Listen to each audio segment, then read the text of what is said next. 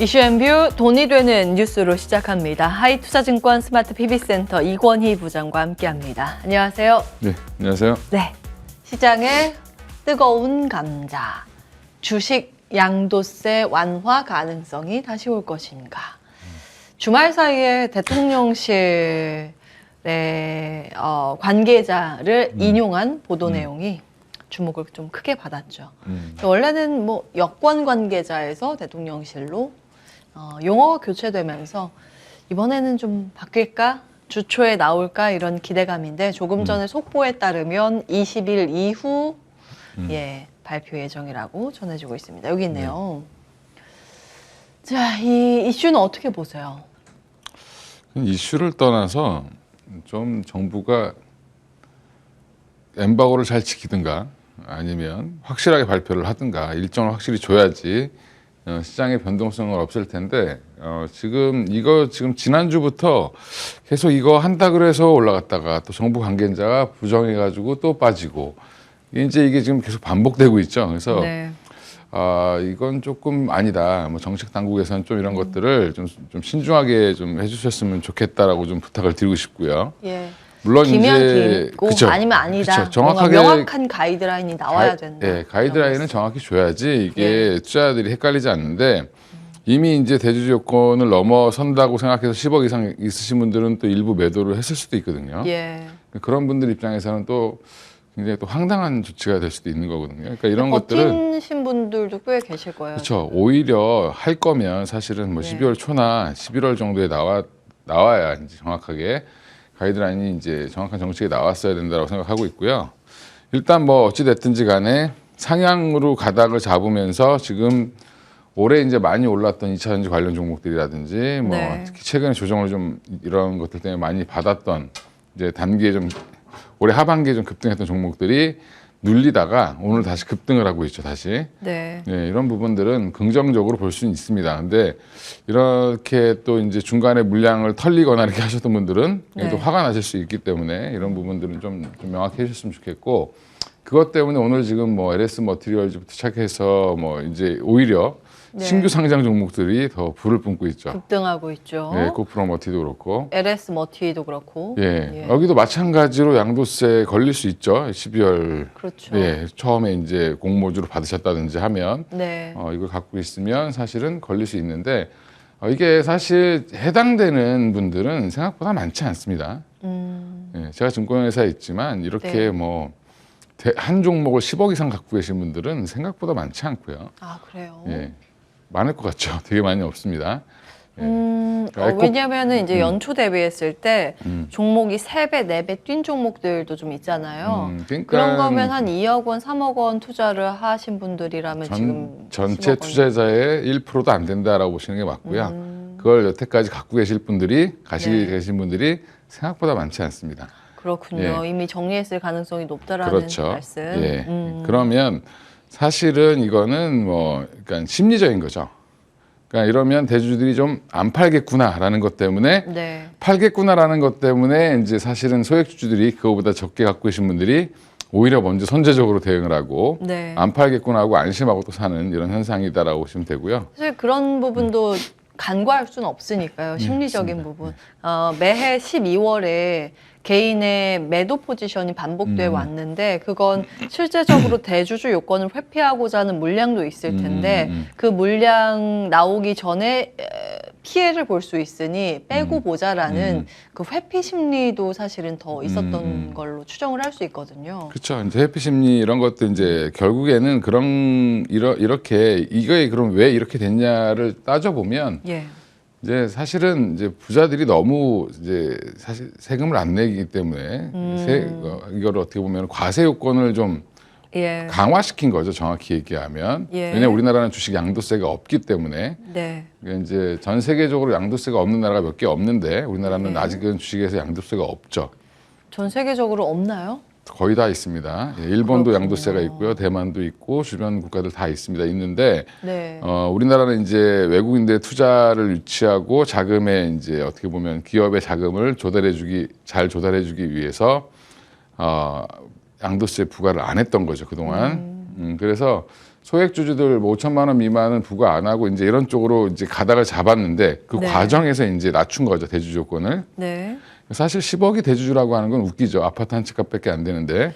그 인플레이션이랑 이런 것도 고려를 해야 되는데. 그렇죠. 그런 부분도 있는데 이제 이런 것들이 이제 이렇게 나왔기 때문에 오히려 지금 좀 이게 단계적으로 내려왔던 거죠. 예. 50억에서부터 쭉 내려온 겁니다. 100억에서부터. 네. 내려오다가 지금 원래 다시 100억 원이었어요. 예, 100억 원에서 100억에서 쭉 내렸죠. 50으로 계속해서 이제 내려오면서 2020년에 얼마였죠? 25억 원인가? 15억 원인가요? 거기에서 네. 이제 10억 원으로 25억 원에서 10억 원으로 이제 내렸습니다. 내려온 상태가 지금까지 지속이 되는 거죠. 그래서 이제 결국에는 종국은 네. 모든 주주들한테 양도세를 받겠다라는 게 목표였죠, 원래는. 근데 이제 이게 정책이 갑자기 거꾸로 가는 거다라고 생각하시면 될 것 같고요. 예. 그러면 왜 이게 거꾸로 가나요? 왜 거꾸로 가냐면 양도세를 정확하게 가이드를 지금 안 주고 있죠. 그게 가닥이 잡혀야 이것도 없어질 수 있습니다. 사실은. 아하. 예, 그러니까 이제 이런 부분들은 조금 이제 정치권들이 이제 서로 이제 이런 여러 가지 큰 틀에서 정부가 바뀌더라도 이런 것들은 일관된 모습으로 좀 보여줘야 되는데 지금 자꾸 이렇게 왔다 갔다 하는 모습을 보이고 있죠. 여론에 마치 따라서. 수험생 수능도 사실 그렇죠. 예, 그 왔다 이제, 갔다 하잖아요. 예, 그런 예. 부분들이 사실은 뭐 시장에 자꾸 영향을 미치니까 또 주식시장이 워낙 또 예민한 데다 보니까 자금이 하루하루 달라지는. 예, 이런 부분들이 이제 오늘 뭐 특히 이제 2차 전지주뿐만 아니라 뭐 그동안 좀 많이 올랐던 종목들도 최근에 조정이 좀 있었는데 네. 오늘 다시 뭐 5에서 7%씩 막 급등하는 모습이 나오는 것도 이 영향이다라고 생각하시면 될 것 같습니다. 자, 이 기준 상향안을 20일 이후에 발표를 할지 말지는 아직 모르는 거죠. 물음표가 달려 있는 건가요? 그러니까 이제 이게 너무 간보기식으로 던졌다가 반응이 안 좋으면 걷어들이고 이런 정책들이 지금 너무 많기 때문에 예. 근데 이번에 이거는 될 가능성이 높다라고 시장에서 판단하는 이유는 네. 밑에 여기 나와 있지만 사실 국회 의결이 필요 없죠. 네. 예. 이거는 정부 시행령 개정 사항이기 때문에 그렇죠. 그냥 예. 주도적으로 대통령이 그냥 입법 예고한 다음에 국무회의 고치면 의결 됩니다. 그냥 돼요. 네, 되기 네, 때문에 마음만 먹으면 언제든지 바꿀 수 있는 거다라고 보시면 될 것 같아요. 임시 국무회의 열어서 그냥 그렇죠. 넘기면 되거든요. 그래서 지금 여론을 보고 있다라는 정도로 그럼 이해하면 되겠습니까? 그럼 뭐 제가 대통령실의 입장 모르니까 예. 그거 거기서 알아서 판단하실 거고 일단 그게 중요한 게 아니라 저희는 이 변동성을 잘 이용하거나 아니면 네. 잘 대처를 하시는 게 중요하다라고 보고 있고요. 예. 오늘 급등하는 종목들은 또 이제 한번 좀 조심해야 되는 상황이 올 수도 있다. 물론 이제 되게 완화가 된다라고 해서 더 갈 수도 있겠지만 예. 이게 이런 이슈 하나로 지금 뭐 26%, 뭐 15%, 16%씩 올라갈 이슈는 사실은 아니라고 보고 있기 때문에 그런 부분들 뭐 기업의 근본적인 펀더멘탈이 바뀌는 게 아니라 예. 그냥 심리만 왔다 갔다 하는 거죠. 그런 부분들 이용하셔서 일부 좀 많이 오른 종목도 갖고 계시면 조금 비중을 좀 줄이시는 게 좋지 않겠나 생각하고 있습니다. 이제 정부의 입장 발표가 어떻게 될지도 아직은 미지수이고 이제 그렇죠. 100%는 없잖아요.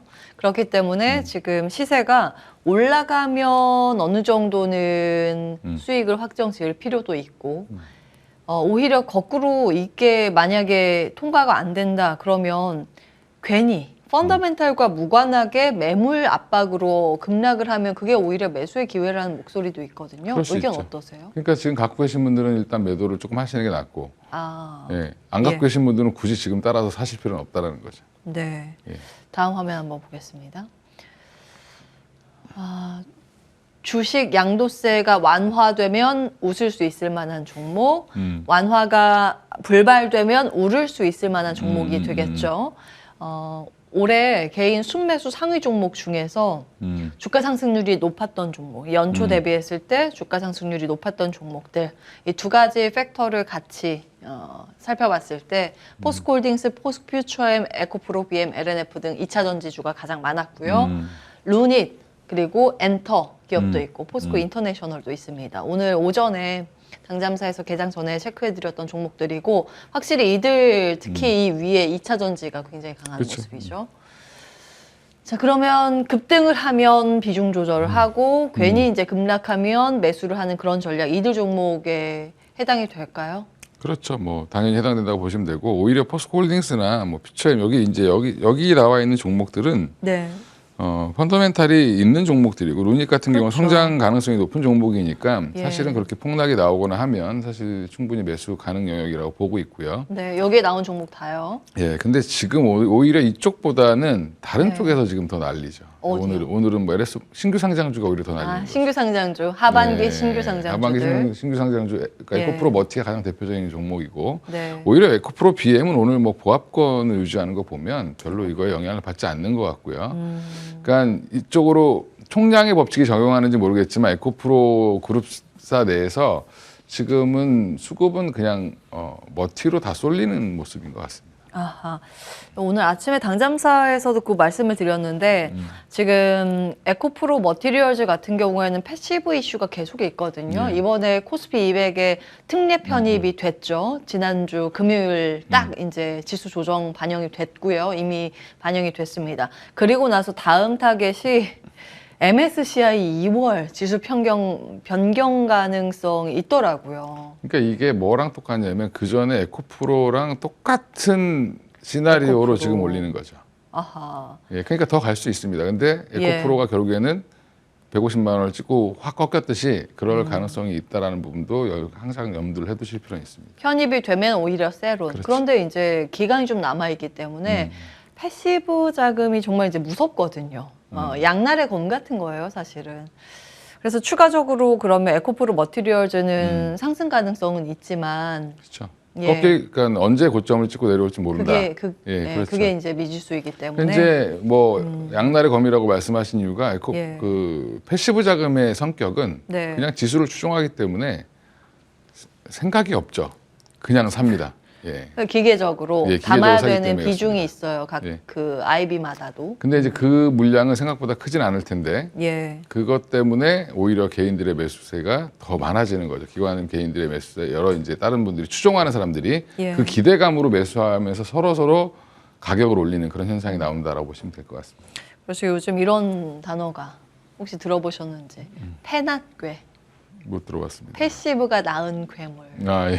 이라는 단어가 등장을 하더라고요. 거기에 네. 이제 포함된 종목들이 있습니다. 근데 그거는 이제 시세는 시세에게 물어볼 수밖에 없고 수급으로 이제 움직이는 종목이기 때문에 펀더멘털로 질문을 드리기가 어렵습니다. 그렇죠. 네, 그런 점은 좀 감안하시면서 체크해 보시면 되겠고 이 중에서 만약에 예 그러면 이런 상황이 없기를 바라지만 만약에 이제 양도세 무산이 돼서 급락을 많이 한다라고 했을 때 담고 싶은 종목 지금은 예, 좀 매력적으로 보이는 거는 포스코 퓨처엠이 매력적으로 보이고요. 예, 예. 그리고 인터내셔널도 뭐 중장기적으로는 좀 좋다라고 보고 있습니다. 예. 포스코 그룹주를 긍정적으로 보시네요. 포스코 포스코 그룹주, 퓨처엠, 예, 포스코 예. 인터내셔널 실체가 있고 펀더멘탈이 있는데 괜히 그 외의 요소로 그쵸. 주가가 떨어질 때 담아볼 만한 종목이었습니다. 다음 보겠습니다. 자, 다가올 AI 시대, 차세대 반도체 3대장 뜬다. HBM, 이 테마는 저희가 이제 많이 짚었기 때문에 알고 계실 거고, 갑자기 지난주에 신규 테마가 형성됐습니다. 이 이슈가 새로운 이슈는 아니지만 CXL. 테마주는 신규로 편성이 된 CXL, 그리고 나서 같이 뜬 PIM, 어떤 건지 먼저 좀 체크해 주세요. 그러니까 이제 HBM은 AI 반도체 GPU를 도와주는 거죠. 정확히는 네. GPU 원래 GPU라는 그래픽 카드에다가 HBM을 붙였더니 이게 디램 쌓아놓은 게 HBM이죠. 그죠. 그러니까 HBM을 붙였더니 그게 이제 AI 반도체가 된 거죠. 예. 그게 이제 H100, 뭐 A100, 뭐 MX, MI300, MI300, 예, 뭐 예. 이런 것들이 이제 나오는 그 거고. AMD 제품 예, MI300. 그렇죠. 이제 그리고 지금 중요한 건 또 뭐가 있냐면 예. 이제 HBM이 어디 들어가냐? 네. AI 반도체에 들어가는데 예. 반도체 하나가 이 휴대폰보다 더 큽니다. 그렇죠. 예, 근데 이제 그게 결국에는 학습기에 들어가는 거죠. 근데 학습을 어떻게 시키겠습니까? 우리처럼 조그마한 컴퓨터에서 하는 게 아니라 엄청나게 큰 서버에서 하겠죠. 그렇죠. 예. 그러면 한마디로 하드디스크가 엄청 들어가 있는 이제 서버들인데 이 서버들에 이제 이 AI 칩이 들어가고 반도체가 들어가는데 여기에서 HBM의 역할을 조금 더 향상시켜 줄 수 있는 어떻게 보면 플러스 알파적인 요소가 CXL인데 차세대 디램. 그렇죠. 예. 차세대 디램인데 이게 대체를 하는 게 아니라 네. 얘가 못하는 거를 조금 더 도와준다라고 도와- 생각하시면 되고요. 예. 그러니까 보시면 외장하드처럼 생겼죠. 예. 예, 그래서 이걸 꽂아 놓으면 이게 더 연산을 좀 더 빨리 속도를 좀 높여주는 이런 것들라고 보시면 될 것 같고요. 네. 뭐 기종이 달라도 서로 메모리가 공유가 가능하다 뭐 이런 이제 부가적인 것도 있는데 예. 정확히 어, 이야기해서는 디램에 한정된 건 아니고 CXL이라는 어떤 기술 표준에 대한 그쵸. 약속인데 그쵸. CPU, GPU, 뭐 디램 다 같은 약속이에요. 그쵸. 그 중에서 우리나라가 하고 있는 게 디램이다 보니까 음. CXL용 디램에만 이제 편중돼서 그쵸. 분석이 나옵니다. 예. 근데 이제 보면 CXL 자체는 그렇게 지금 전 세계적으로 우리나라만 지금 난리인 거고 다른 나라는 별로 지금 신경 안 쓰고 있습니다. 안 쓰고 예. 있는데 이 시장이 커질 거다. 근데 우리나라가 선도하는 나라이기 때문에 하이닉스랑 이미 삼성전자 준비를 하고 있었고 삼성전자가 얼마 전에 상표 출원을 하면서 주식시장은 항상 삼성의 이 입모양이 되게 중요하죠. 크죠. 영향력이. 네, 예. 거기에 상표 등록 출원을 4개 하니까 바로 난리가 났는데 원래 개발은 SK 하이닉스가 더 빨리 했습니다. 이거는. 아, 그래요? 예, 그것도 사실은 되게 재밌는 포인트인데. 예. 그래서 CXL도 지금 시장은 커질 거다. 뭐 이제 뭐 25조까지 올라갈 거다 시장이 이렇게 나오는데 네. 아직 글로벌 반도체사에서 콜은 없습니다. 예, 그런 부분에서는 조금 더 지금은 테마성으로 움직일 가능성은 높고요. 물론 아직은 좋아지겠지만 예. 당장 돈이 되는 사업은 아니다라고 보시면 되고요. 그다음에 핌도 마찬가지인 게 옛날에 이제 기사를 찾아보시면 삼성이 HBM 얘기가 처음 나올 때 HBM 핌 얘기를 먼저 했었어요. 맞아요. 예. 예, 그게 이제 연산을 동시에 같이 해주는 한마디로 CPU의 기능을 일부 집어넣은 메모리 반도체 뭐 이렇게 보시면 되는데 예. 이것도 아직은 이제 앞으로 뭐 AI 가속기를 조금 더 도와주는 역할을 하겠지만 예. 얘도 아직 초창기 시장이라서 예, 이 두 개는 아직 시장이 열리는 게 아니다. 이렇게 파악하시고 이제 앞으로 나아가는 것 중에 이게 발전을 하면 이쪽도 좋아질 거다라는 기대감이 붙었다라고 생각하시면 될 것 같습니다. 예. 자, 정리하겠습니다. 우리나라 AI 반도체라고 하면 매출이 찍히는 건 연산보다 메모리 반도체, 이제 메모리 반도체를 기준으로 봤을 때 실적이 나오는 쪽은 HBM, 그쵸, 그리고 그 다음에 HBM이 적층, 디램을 막 쌓아서 적층으로 하는데 한계가 있죠. 이게 어느 정도 넘어가면 발열 문제가 있어서 그걸 보완할 수 있는 게 무엇인가라는 기술을 연구 개발을 계속하고 있습니다. 그 과정에서 나온 게 CXL이라든지 핌 등등. 이쪽은 아직 지금은 매출이 찍히지는 않은 쪽, 기술 개발이 필요한 쪽 이렇게 보시면 됩니다. 어쨌든 AI 반도체라는 건 미래에 그래도 꼭 필요한 것이고 지금도 지금 쓰이고 있는 이쪽이기 때문에 실체가 있는 쪽이기 때문에 반도체 시장 자체에 대해서는 굉장히 긍정적인 뷰가 많습니다. 그래서 여러 가지 이런 기술 용어들이 등장을 하는 것 같은데 투자의 관점에서는 어떻게 보세요? 지금도 늦지 않았을까요? 일단 뭐 이쪽 관련 종목들 뭐 CXL 관련된 종목들이 CXL만 하는 회사는 없고요. 네, 저게 돈이 안 되는데 지금 이것만 해서는 먹고 살 수가 없죠. 그렇죠. 기존에 다른 기술이 있습니다, 다들. 있기 때문에 오히려 그걸 더 주목하실 필요가 있을 것 같고, 네, 그 다음에 핌도 마찬가지고, 그 외에 이제 HBM 관련 종목들도 이제 매출이 나오기 시작하는 거죠, 정확히 예. 얘기하면. 뭐 한미반도체가 올해 이제 납품을 했는데, 그게 이제 올해 내년? 매출에 겨우 찍히는 거죠. 그러면서 내년 내년 실적에 아마 1분기에 아마 반영이 될 텐데, 예, 그런 것들이 이제 스타트하고 있다라고 생각하시면 되고요. 근데 항상 주식시장이라는 게 스타트하기 전부터 먼저 올라가죠. 그렇죠. 그렇기 때문에 지금은 이제 1차 상승기 정도라고 생각하시면 될 것 같고, 그 다음에 이제 실적이 나오고 그 업황이 어떻게 돌아가느냐에 따라서 또 다른 이제 제2의 시장이 열리겠죠. 그러면 누가 실적이 좋고 이제 옥석이 가려지기 시작을 할 거고 예. 어느 종목이 지금은 장비주들 보면 다 HBM 관련주라고 얘기하는데 네, 그 중에서 HBM 관련이 안 되는 종목들도 나올 거고 예, 삼성전자나 하이닉스로부터 러브콜을 못 받는 종목도 생길 겁니다. 예. 그러면 그때부터는 이제 또 차별화가 일어나겠죠. 그래서 지금은 어디든지 간에 단 뭐 몇십억이어도 삼성전자가 러브콜 해줬던 종목들을 보시는 게 가장 안전하다. 그게 뭔가요? 요즘에 많이 나오고 있는 오로스 테크놀로지가 좀 많이 오로스 테크놀로지 검사 그렇죠. 장비 예. 이쪽 예, 그렇습니다. 하고 한미반도체는 그렇죠. 변함없으시고요. 변함없고, 예, 맞습니다. 삼성전자랑 SK 하이닉스 둘 중에 하나를 고르자면 어떤 게 될까요? 그런 거는 의미 없는 질문인 것 같습니다. 본인이 그러면은 좋아하시는 걸로.